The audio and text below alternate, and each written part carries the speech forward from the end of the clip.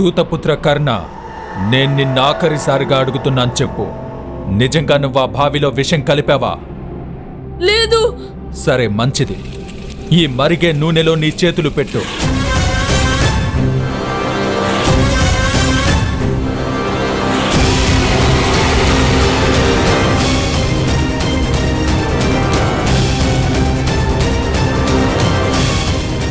ఒకవేళ నీ చేతులు కాలిపోతే అప్పుడు నీకు అసత్యమాడినందుకు దండన విధిస్తాను. ఒకవేళ నువ్వు సురక్షితంగా ఉంటే అప్పుడు తేలిపోతుంది సత్యం నీ పక్షానే ఉందని.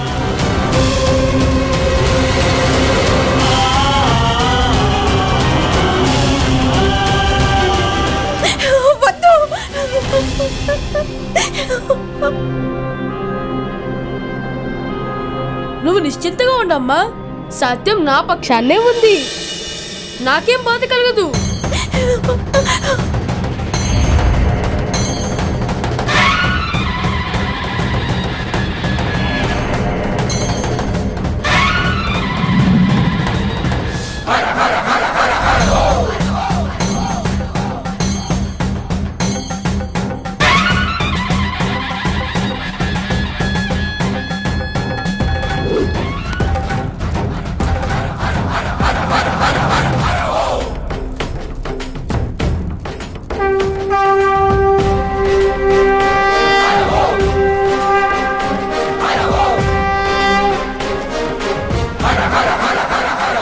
ఒకవేళ ఈ బాలుడు రాకుమారి కళ్ల ముందే ఉన్నట్లయితే అతి కొద్ది కాలంలోనే లోకుల మాటలకు కృంగిపోయి తన ప్రాణాలు త్యాగం చేస్తారు. అప్పుడు ఘోర అనర్థం వాటిల్లుతుంది మహాశయ.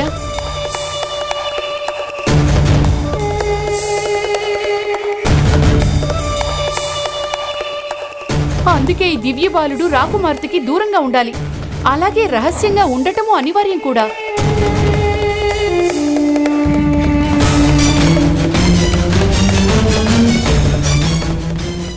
ఈ కారణంగానే నేను ఈ బాలుని రక్షణ బాధ్యత మీకు అప్పగిస్తున్నాను.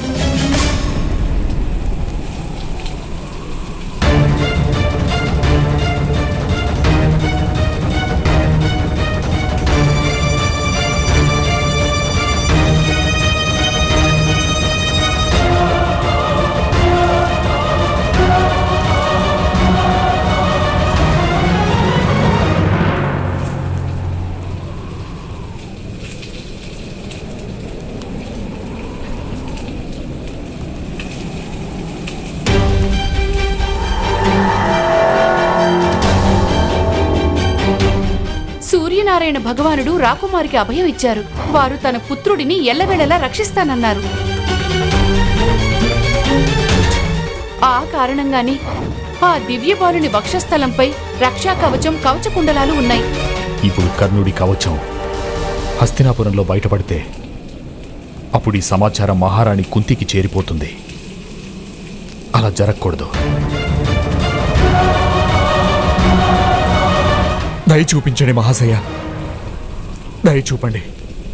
తన చిన్న పిల్లాడు. పిల్లాడా? తన మీద హత్యారోపణ ఉంది.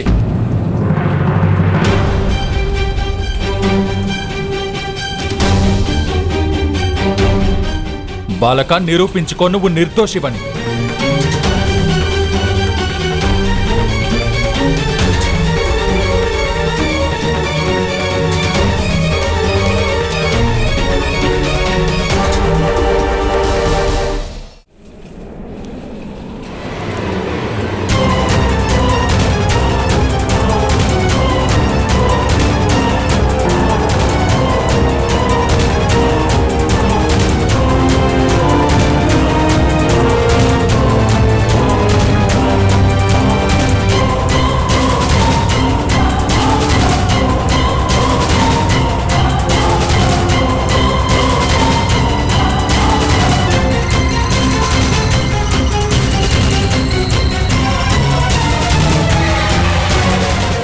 జలంలో విషయం నేనే కలిపాను.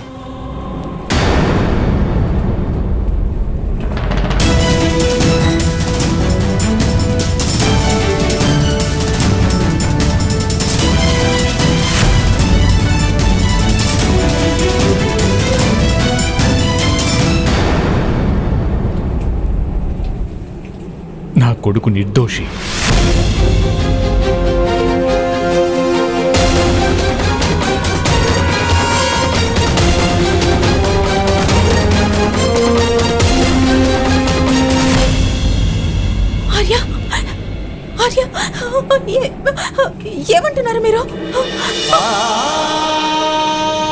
లేదు నాన్నగారు, లేదు, అది నిజం కాదు.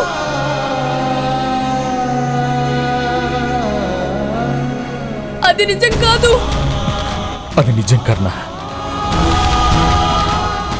అది నిజం.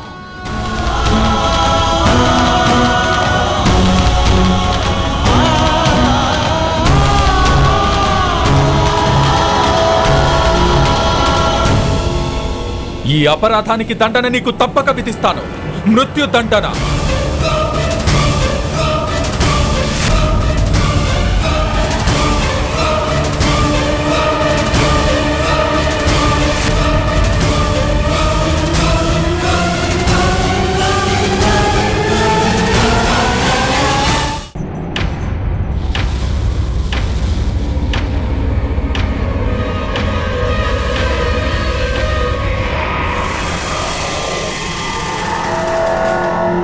రాజ్యసభలో ధృతరాష్ట్ర మహారాజు దీనికి న్యాయం చేస్తారు. మృత్యుదండన తప్పదు నీకు.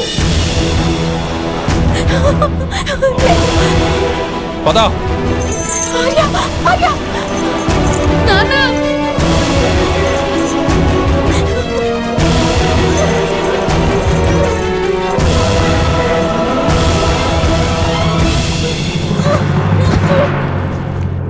నాన్నగారు,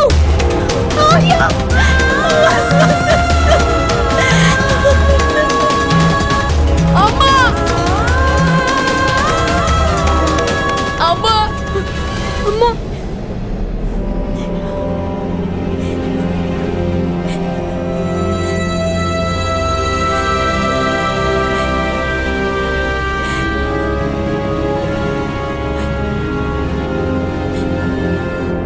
మీలో ఎవ్వరూ దీనిని అడ్డుకోరా? ఈ కురు సామ్రాజ్యంలో ఒక నిర్దోషికి మృత్యుదండను విధిస్తారా?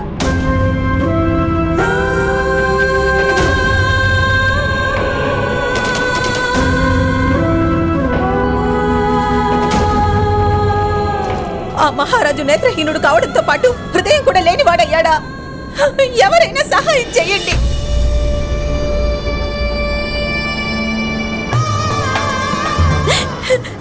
ఏ కారణము లేకుండానే మహారాజు ఒక నిర్దోషిని దండిస్తారా? తను నేరం చేశారని ఏ ఆధారం లేదు.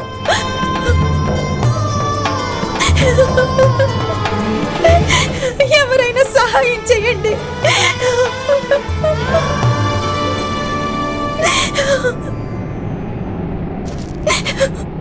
వద్దురాదా, మహారాజు గురించి అలాంటి పిచ్చి మాటలు మాట్లాడితే ఈ క్షణంలో నీ తల నరికి వేస్తారు. నన్నేం చెయ్యమంటావు వృషభాను అన్నయ్య? ఈ అన్యాయాన్ని నేనెలా ఆపగలను? నేనెలా ఆపగలను? మనం మహారాజు ముందర మన వాదన వినిపించాలి. మహారాజు అలాంటి అన్యాయం జరగనివ్వరమ్మా.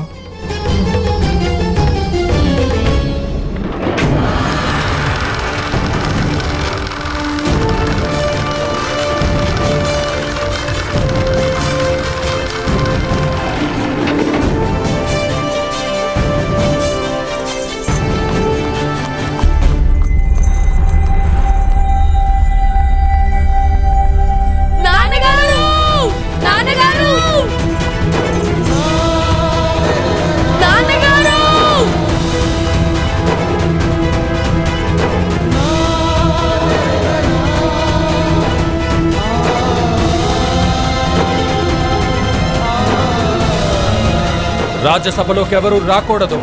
వారం మూసేయండి.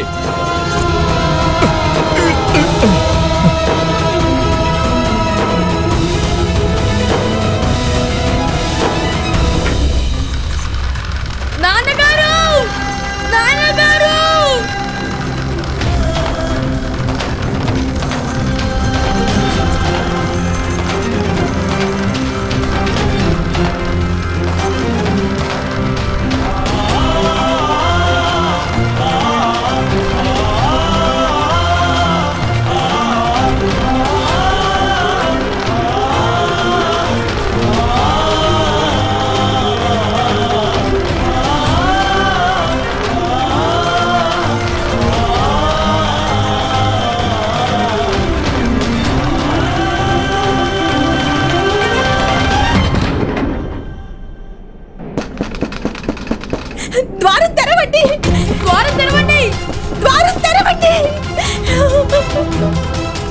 ద్వారం తెరవండి. ద్వారం తెరవండి. మమ్మల్ని మహారాజు గారిని చూడనివ్వండి.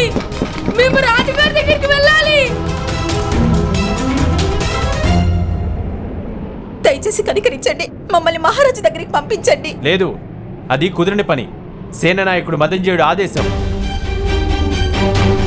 ద్వారం తెరవడానికి వీల్లేదు. వెళ్ళు. అలా కాదని చెప్పకండి, దయచేసి కనికరించండి, దయచేసి కనికరించండి. ఇక్కడి నుంచి వెళ్ళిపో, అది జరిగే పని కాదు. ద్వారాలు తెరవండి, ద్వారం తెరవండి, ద్వారం తెరవండి.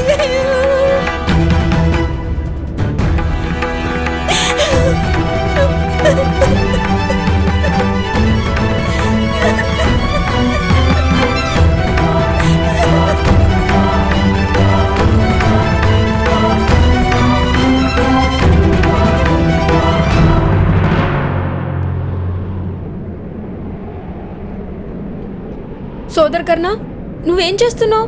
మహల్లోకి వెళ్ళడానికి ఉపాయం ఆలోచిస్తున్నాను షోనా. మనకి రాజ్మహల్లోకి వెళ్ళడానికి అనుమతి లేదు కదా.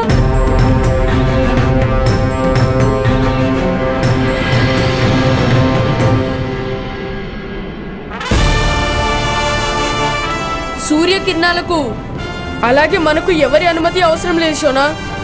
అవి మేఘాలను చీల్చుకుని మరి భూమి మీదకి చేరుకుంటాయి.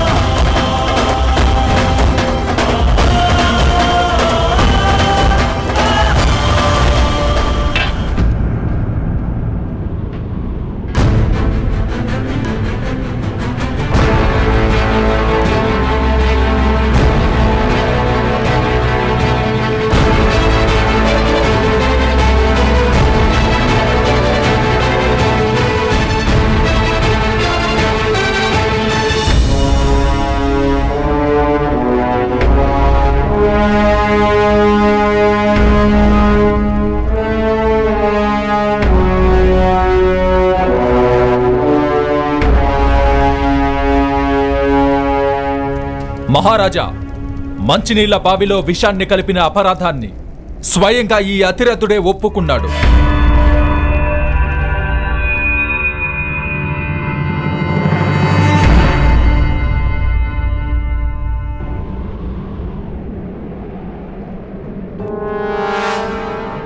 క్షమించండి సైనిక, పక్షుల్ని కొట్టేందుకు ప్రయత్నించానంతే. నా చేతికి చిక్కారంటే ఇకపై పక్షుల్ని కొట్టడానికి మీరు మిగలరు. వెళ్ళండి.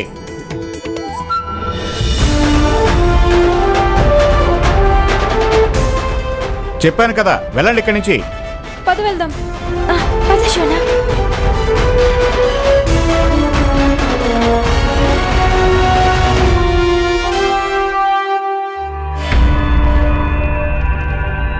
విషం కారణంగా 15 మంది లోహకారులు మరణించారు. లేదు, అది అసత్యం.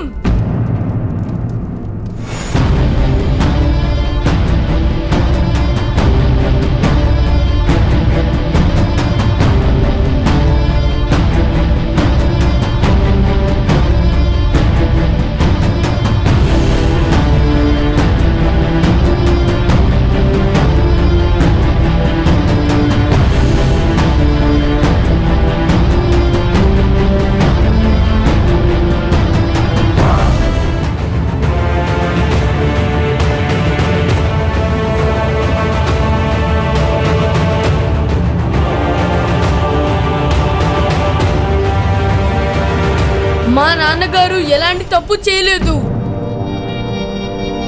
నేను స్వయంగా జలాశయం నుంచి బయటకొచ్చాను.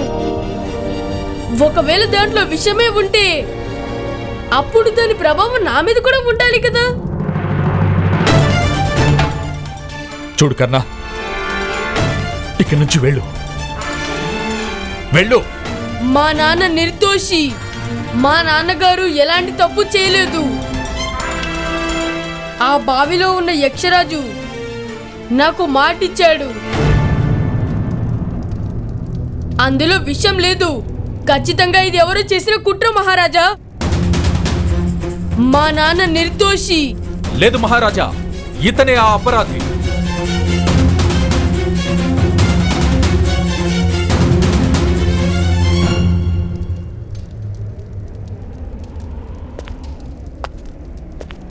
ఇలా చూడు అతిరథ, దీనికి నీ సమాధానం ఏంటి?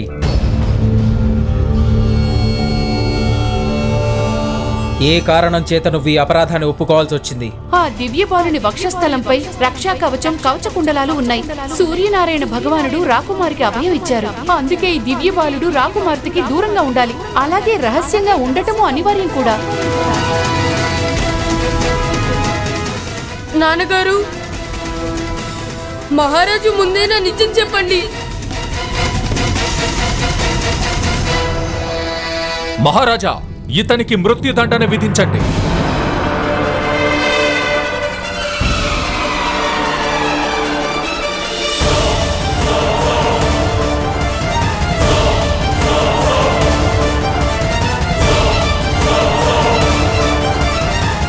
గ్రామసేవక మదంజయ, దీనికి నీ దగ్గర ఇంకేమైనా ఆధారాలున్నాయా? ఆ జలంలో విషాన్ని అతిరథుడే కలిపాడని?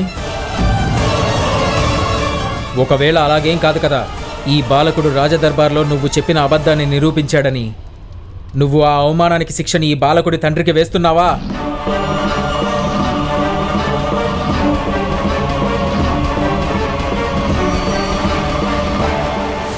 మహారాజా ఏ శిక్షనైనా విధించడానికి ముందు మనం ఈ అపరాధాన్ని అన్ని వైపుల నుంచి పరీక్షించడం అవసరం. మహారాజా, ఇతను తన అపరాధాన్ని ఒప్పుకున్నాడు.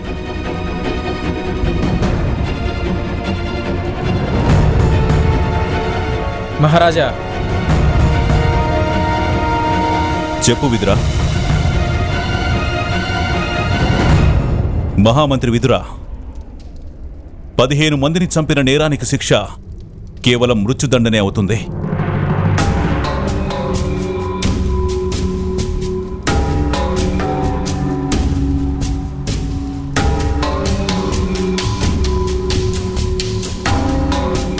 కానీ ఇవాళ మాకు పుత్రుడు జన్మించబోతున్నాడు. అందుకే ఇవాళ మేము ఎవరికైనా సరే మృత్యుదండన ఎలా విధించగలం?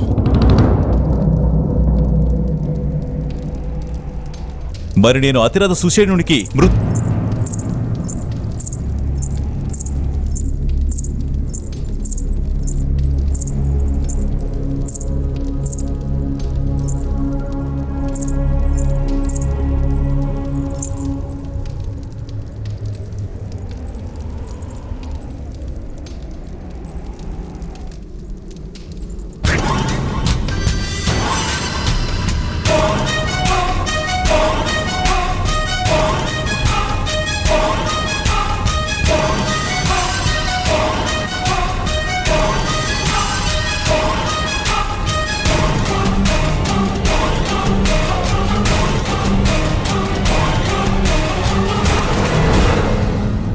ఆయుర్వతి,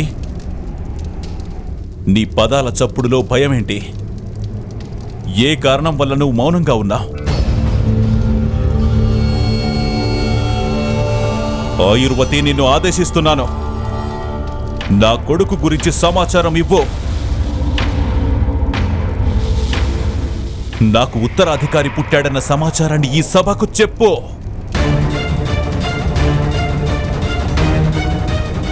మహారాజా, నన్ను క్షమించండి మహారాజా. మహారాణి గాంధారికి కొడుకు.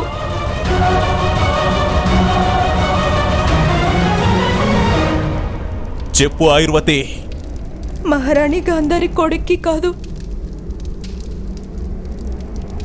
మాంసపు ముద్దుకి జన్మనిచ్చారు.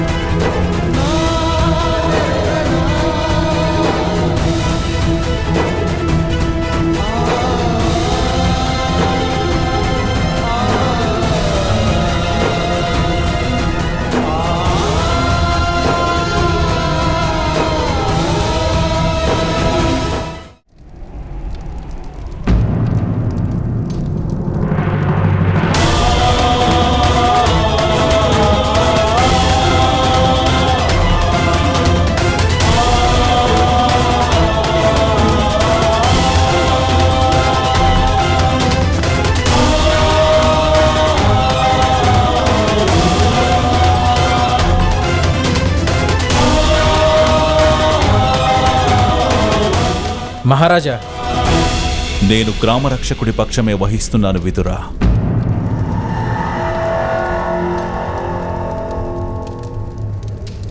తాను ఏ శిక్షని ఖరారు చేస్తే అదే సరైనదవుతుంది.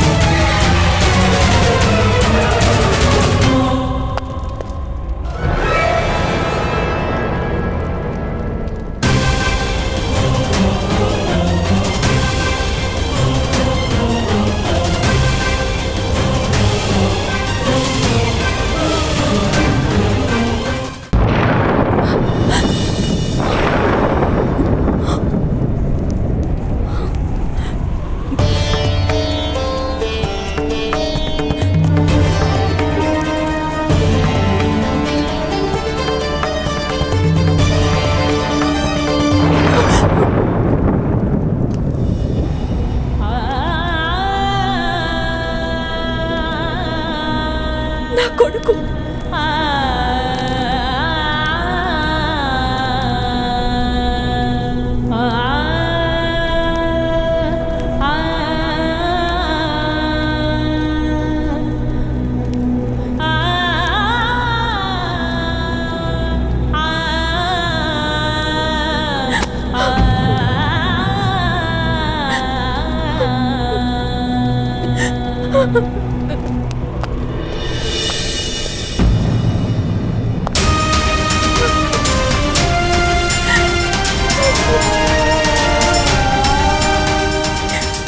గాంధారి ఏంటి?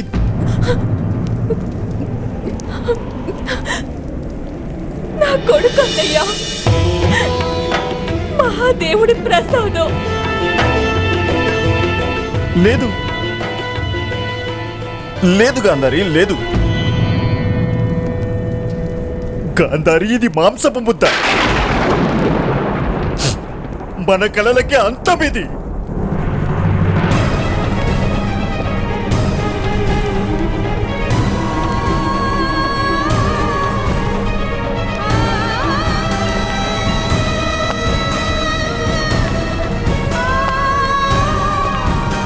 ప్రభు, చూసారా అన్నయ్య ఏమంటున్నారు? మహాదేవుడిచ్చిన వరం విఫలం ఎలా అవుతుంది? మహాదేవుడు మనల్ని మోసం చెయ్యడు కదా.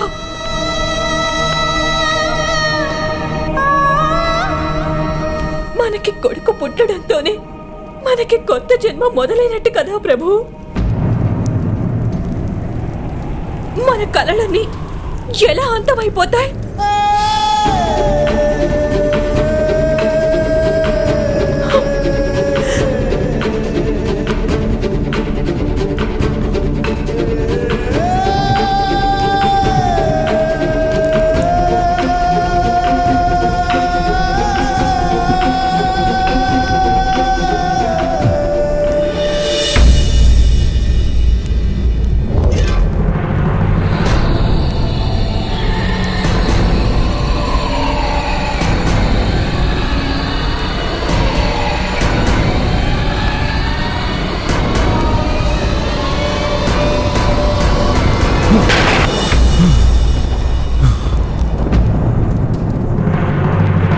ప్రభు, ప్రభు, ప్రభు!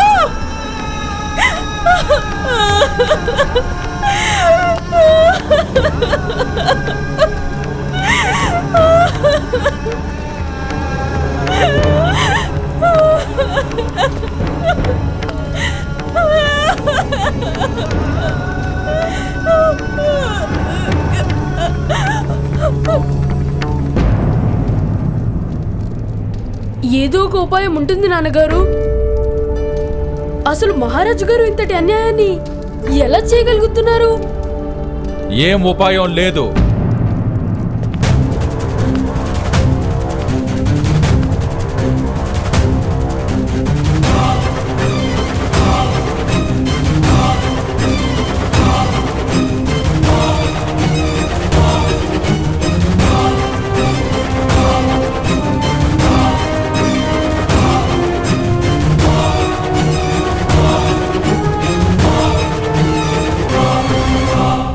ఇప్పుడు నీ తండ్రి చేసిన అపరాధానికి శిక్షించే అధికారాన్ని స్వయంగా మహారాజే పూర్తిగా నాకప్పగించారు. నేనేం చేస్తానో ఈపాటికే నీకు అర్థమై ఉంటుంది. మీ నాన్నకి రేపు నా చేతులతో నేనే మరణ శిక్ష విధిస్తాను.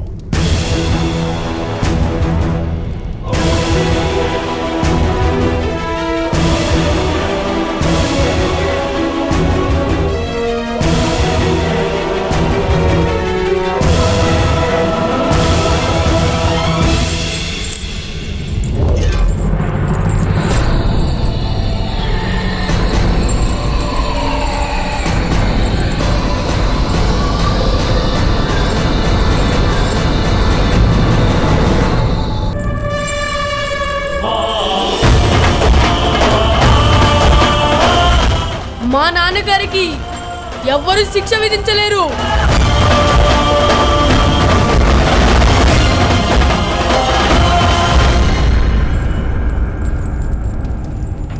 ఇదేం నీ అడవి కాదు. నువ్వు ఆ అడవి దొంగల మీద నీ శౌర్యం చూపించుకోవడానికి. ఇది హస్తినాపురం. ఇప్పుడు నువ్వు నన్ను ఆపడానికి ప్రయత్నిస్తే అప్పుడు గాంధార హస్తినాపుర సేనలతో నువ్వు యుద్ధం చేయాల్సి వస్తుంది. మీ నాన్న ప్రాణాలను కాపాడటానికి మొత్తం నీ కుటుంబాన్నే కష్టాల్లోకి నెట్టేస్తావా? పుత్ర కర్ణ, మాటివ్వు. నీ తల్లికి తమ్ముడికి కష్టం కలిగించే ఎలాంటి పని నువ్వు చేయడానికి వీల్లేదు. మాటివ్వు.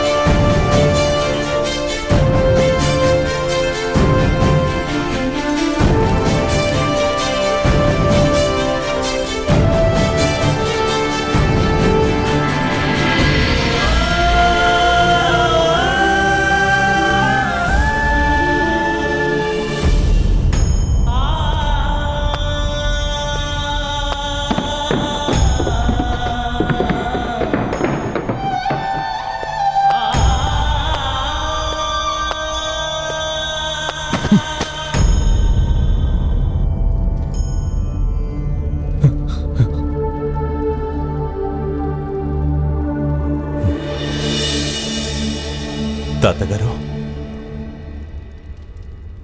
ఎందుకు ఇలాంటి కష్టం కలిగింది నాకు? తాతగారు సంతానం పేరుతో మాంసం ముద్దనిచ్చింది ఆ గాంధారి. ఇప్పటి వరకు నాకు భగవంతుడి మీద కోపం ఉండేది. ఆయన నన్ను దృష్టిహీనుడిని చేసి వంచాడు. కాని ఇవాళ సుఖంగా ఉంది. నాకు కళ్ళు లేవు కదా, నేను ఆ మాంసం ముద్దను చూడలేను కదా తాతగారు. నా అదృష్టం నా నుంచి మొహం తిప్పేసుకుంది తాతగారు. ఇవాల్టి వరకు నా దృష్టి నన్ను ఓడించలేకపోయింది కదా. కానీ నేను ఇవాళ నా అదృష్టం చేతిలో ఓడిపోయాను తాతగారు.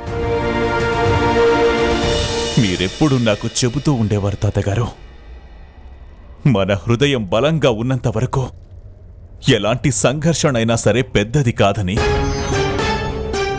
కానీ ఇవాళ నా హృదయం కూడా ముక్కలైపోయింది.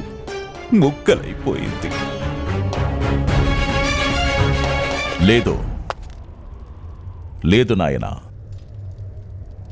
జీవితంలోని ఘటనల వల్ల హృదయం యొక్క బలం తగ్గదు. మనసులో ఉన్న కపటం తొలగుతుంది. బుద్ధి మార్గాన్ని ఆధారం చేసుకుంటుంది.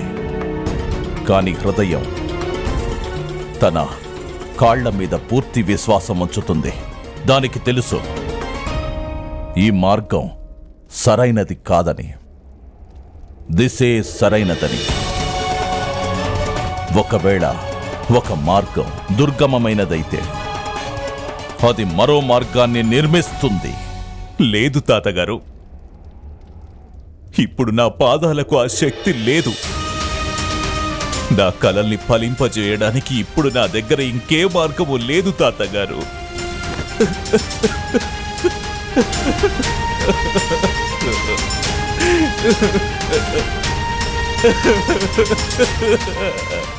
ఏ మార్గమూ లేదు తాతగారు. నా వద్ద ఏదైనా ఉపాయం ఉంటే చెప్పండి తాతగారు.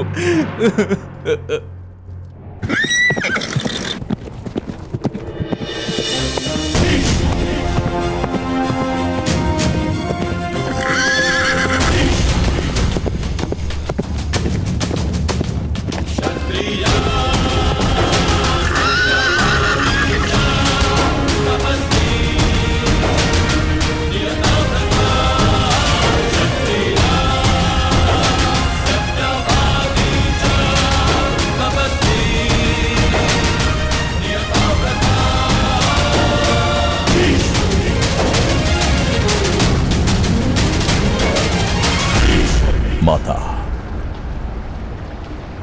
ఇవాళ నీ పుత్రుడికి నీ మార్గదర్శనం అవసరమైంది.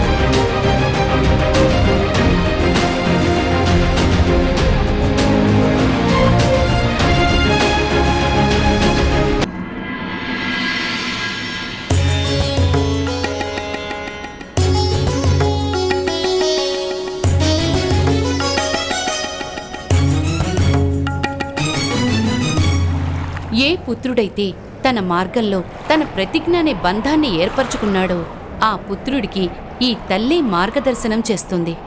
ఆ ప్రతిజ్ఞపైనే ఎట్టి పరిస్థితుల్లోనూ అచలంగా నిలిచేందుకు మార్గదర్శనం. ఏంటి అలాంటి స్థితి ఏమైనా హస్తినాపురంలో ఉత్పన్నమైందా నాయనా?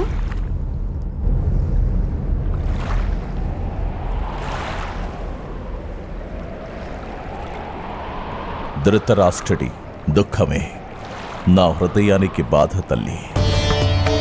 తను గాంధారికి ఉన్న 9 పుత్రుల వరాన్ని తన కలగా మార్చుకున్నాడు. ఒక మాంసపు ముద్దతో తన కల ఏ విధంగా సాకారమవుతుంది మాతా? కానీ నాయనా, మరి గాంధారి గర్భం నుంచి 9 సంతానాన్ని పొందాలనుకోవటం పొరపాటు కాదంటావా? ఏ విధంగా చూసినా ఒక స్త్రీ తన జీవిత కాలంలో 9 సంతానానికి జన్మనివ్వలేదు కదా. మహాదేవుడి వరం ఎలా విఫలమవుతుంది మాతా? వరం ఎప్పటికీ కూడా విఫలం కాదు కదా. కానీ మనిషికుండే ఆశల వల్ల అది వేరుగా మారచ్చు. గాంధారికి 9 పుత్రుల సుఖం ప్రాప్తించచ్చు. కాని ఏ విధంగా మాతా? ఒక మాంసపు ఖండానికి జన్మనిచ్చింది గాంధారి.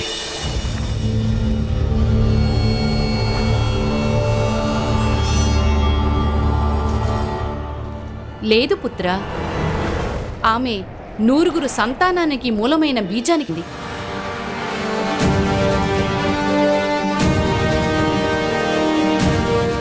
అదేంటంటే ధృతరాష్ట్రుడి 9 సంతానం బీజ రూపంలోనే జన్మించారు.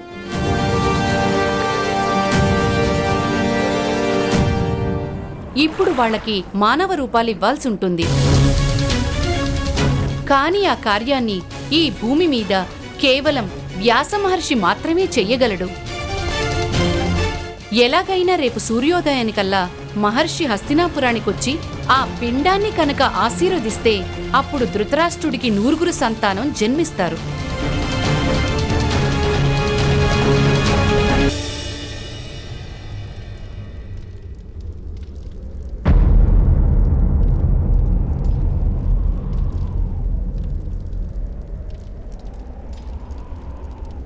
ధైర్యంగా ఉండు నాయనా. వ్యాస మహర్షి గాంధారి యొక్క 9 పుత్రులకు జీవనదానం తప్పక చేస్తారు.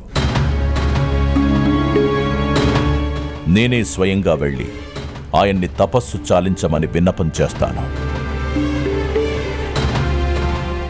అలాగే ప్రాతకాలానికి ముందే ఆయనని హస్తినాపురానికి తీసుకొచ్చేందుకు పూర్తి ప్రయత్నం చేస్తాను. ప్రయత్నం చేసేవాడు సఫలం కాలేదు మహామహిమాన్విత. ముండిగా చేసేవాడే సఫలమవుతాడు. జలాన్ని పొందడం కోసం ప్రయత్నం చేసేవాడు నదిని అలాగే కొలను కోసం వెతుకుతాడు. కానీ జలాన్ని పొందాలనుకునేవాడెవరైనా ఓ బావిని తవ్వుతాడు మహామహిమాన్విత, బావిని.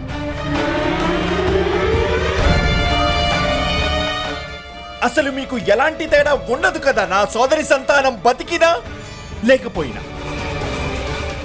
మీరు చనిపోయిన తర్వాత పిండదానం చేసేవాడు జన్మించాడు కదా మహామహిమాన్విత.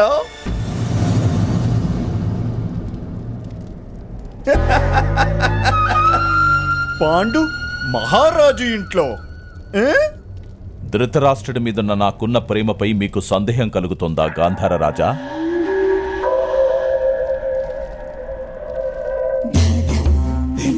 కొంచెం కూడా లేదు మహామహిమాన్విత. ఎవరైతే బ్రహ్మచర్యం అనే ప్రతిజ్ఞ చేశారో వారి హృదయ భావనల మీద ఎలా సందేహపడగలను? కానీ ఇక్కడ ఈ సమయంలో ప్రేమ ఉండడం మాత్రమే సరిపోదు. ఉన్మాదం ఉన్మాదం చాలా అవసరం మహామహిమాన్విత. ఉన్మాదం ఉన్మాదం అంటే అర్థం తెలుసు కదా మీకు? వాళ్ళకి రాత్రికి పగలకి ఎలాంటి తేడా తెలియదు. వాళ్ళు సత్యం అసత్యం, సారం నిస్సారం, ఉచితం అనుచితం మర్చిపోతారు. వాళ్ళని అంటారు ఉన్మాదులని. అది ఈరోజు నాలో బలంగా ఉంది. అందువల్లే శకుని స్వయంగా మహర్షిని వెతుక్కుంటూ వెళ్తాడు మహామహిమాన్విత.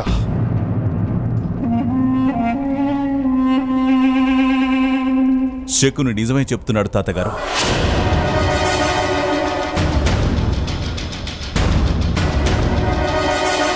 మీరెప్పటికీ ధర్మ మార్గంలోనే నడుస్తారు. కానీ ఈ సమయంలో ధర్మం కాదు, పరిణామమే ముఖ్యం కదా. తన సోదరి ప్రాణం, తన గౌరవం, ఇంకా గాంధారం స్వాతంత్ర్య రక్షణ కోసం శకుని పూర్తి ప్రయత్నం చేస్తాడు.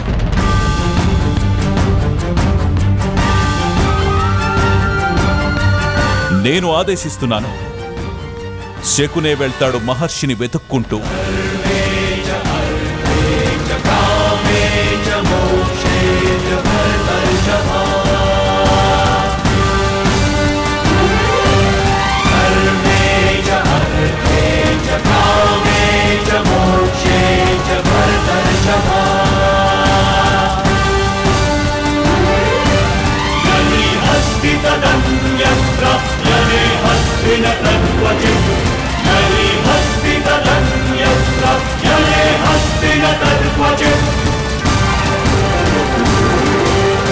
సైనికులారా, మీకంటే బలమైనటువంటి యోధులు మొత్తం సైన్యంలోనే లేరు.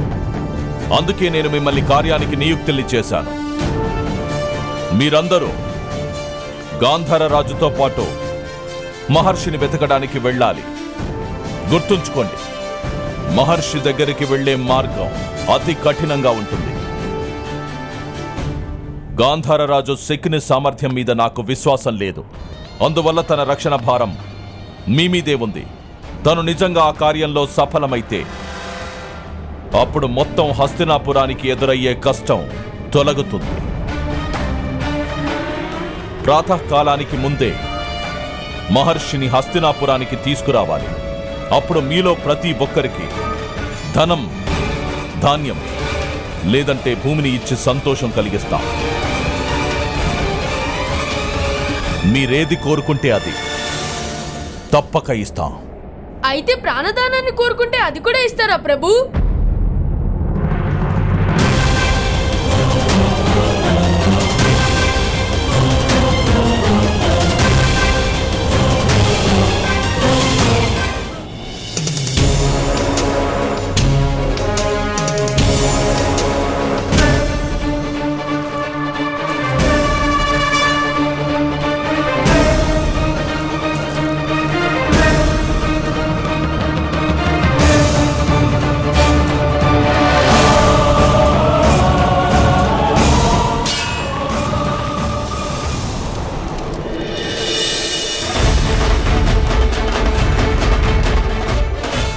బాలక, నీకిక్కడికి రావడానికి అనుమతినెవరిచ్చారు? తండ్రి ప్రాణాలు రక్షించుకునే సమయం వచ్చినప్పుడు క్షణమైన ఆలస్యం చేయను నేను.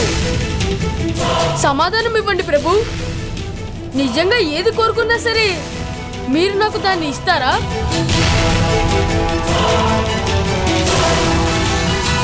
కానీ అది కేవలం సైనికులకే. ఒకవేళ నేను వాళ్ళకంటే ముందే తీసుకుని వస్తే?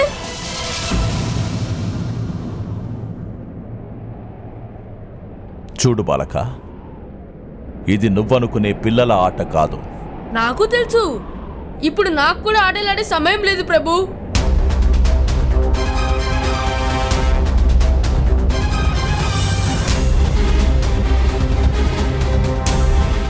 నేను తప్పక నా తండ్రిని రక్షించుకుంటాను.